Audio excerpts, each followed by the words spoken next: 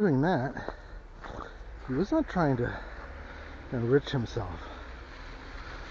So you see what happens, the people that enrich themselves off of somebody else's idea, they're good at that. They're good at that, but they're not the innovator. The innovator has his mind on innovation. Art, maybe other things that, take a certain kind of creative juice. But then there's the money people. They seem to make the world go round.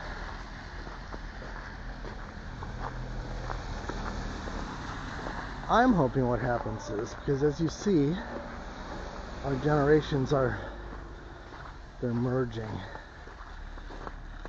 These aren't homogenous. I mean, they are in Serbia through orthodoxy. And I have to say, it's nice after being for an entire life in a melting pot. It is nice to have a homogenous society to experience that. But I'm absolutely happy that I experienced the big melting pot.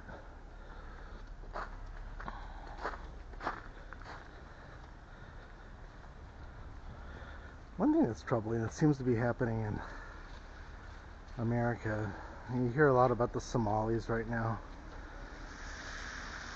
People come to America and they don't melt. They don't become part of society. They're like a salad. They don't melt like oatmeal or soup. They're a salad. You could see that tomato, you can see that carrot. Which, I like a lumpy soup. I like a soup where, people are mixing, but they can keep their own culture. But you have to do both.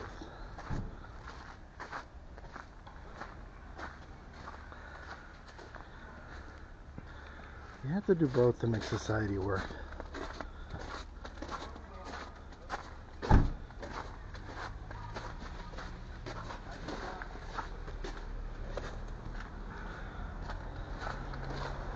It's extremely aggravating to watch people disrespect. They come to some place and they disrespect that place. It's like, why did you go there?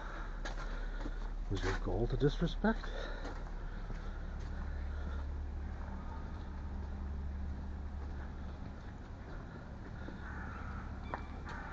I know that's how conquering took place.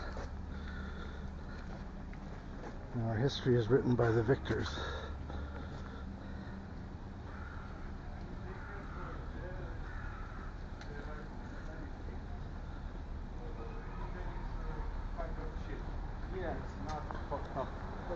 I find even on YouTube, things that I could once find that were an opinion that were different, now I can't find them. It's like, why is that? Is that because the victors are rewriting our history? At least those that want to control the narrative.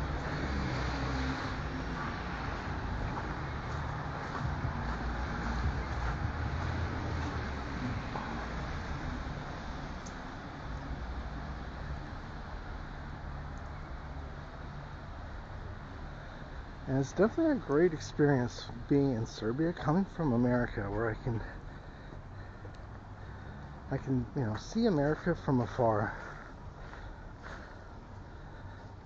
You don't realize how much propaganda you're not only accustomed to, but like just bombarded with. You don't realize it.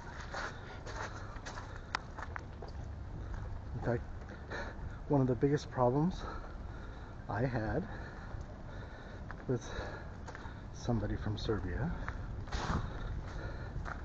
was a girl that I felt she had the same exact experience as I did. Why couldn't she know? Didn't she know it's not good to do this or do that?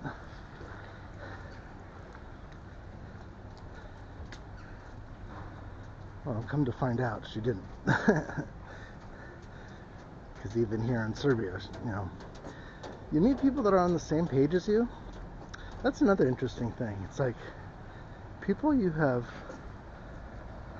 never met or recently met, and you could just tell that they are like part of your tribe. You can just tell. It's like, oh wait, and it's not that you have to agree with everything, but they're just part of your tribe. And then there's those people that are the outliers. You know, they change the course of direction for your life.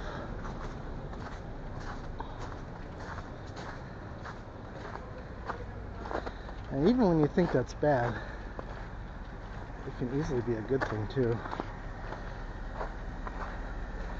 It depends on how you look at it. Everything is a learning opportunity.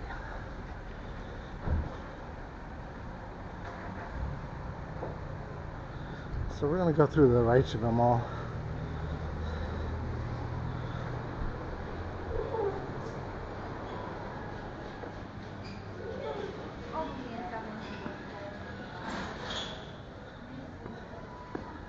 Things are just opening here. In fact, a lot of it's still closed, it looks like.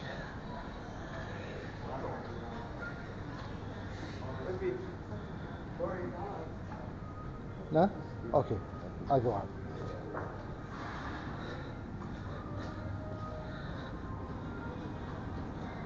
So no filming in the mall.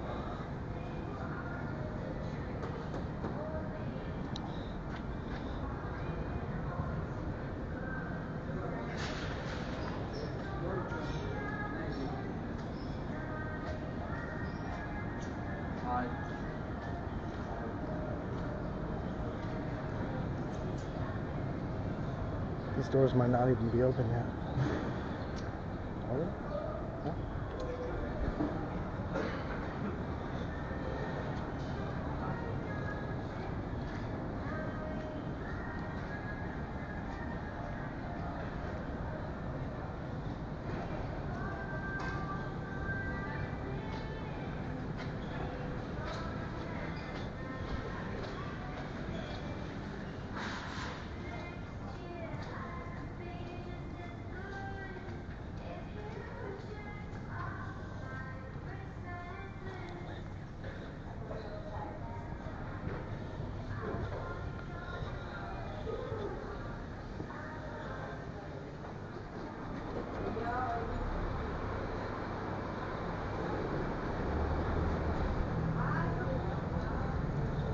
So that's like anywhere, right? The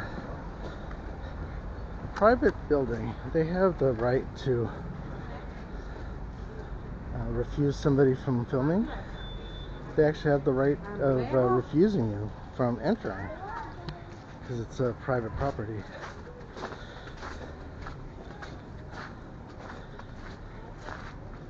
It's different in public. In public, people, in America, there's no expectation of privacy in public. And honestly, I don't know the rules here in Serbia. I assume it's similar. But I think the important thing is, again, it's like you have to police yourself. So I don't like to be intrusive. And that's why I don't normally go inside of businesses shooting video.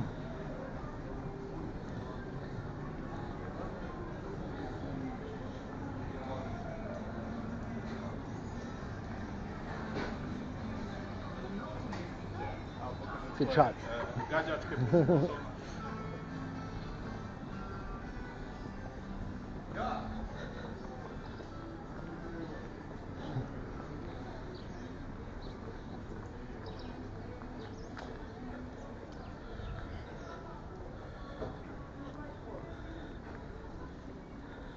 So I was wondering if it would get foggier as I approach the park because the park is just above the river.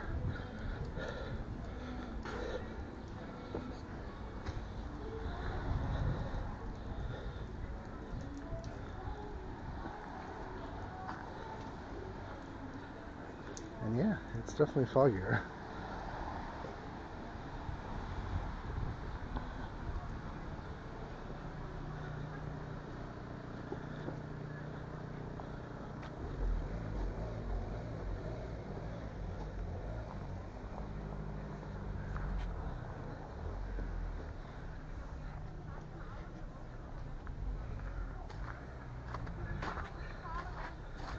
So if you guys are still watching this, please subscribe to my channel.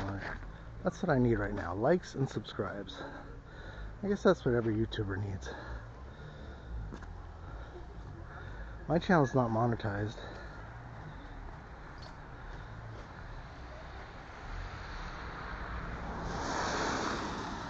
I'm another 589 of you find people to hit subscribe for me, you know, monetize my channel. I don't know what that will give me, probably a few cents here and there, but it is a goal.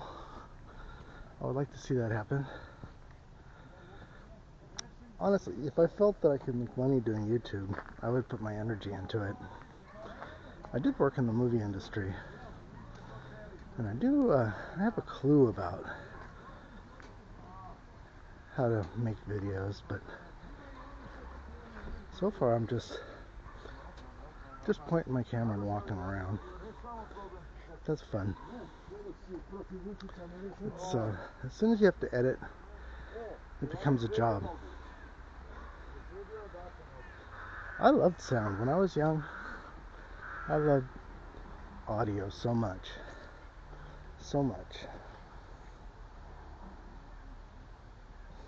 There's Putin. I loved audio so much, and I loved being a recordist. And I actually had probably one of the best jobs I ever had, working at Capitol Records in EMI America. I was only 19 years old. And my job was an in-house production engineer, so I would make tape-to-tape copies.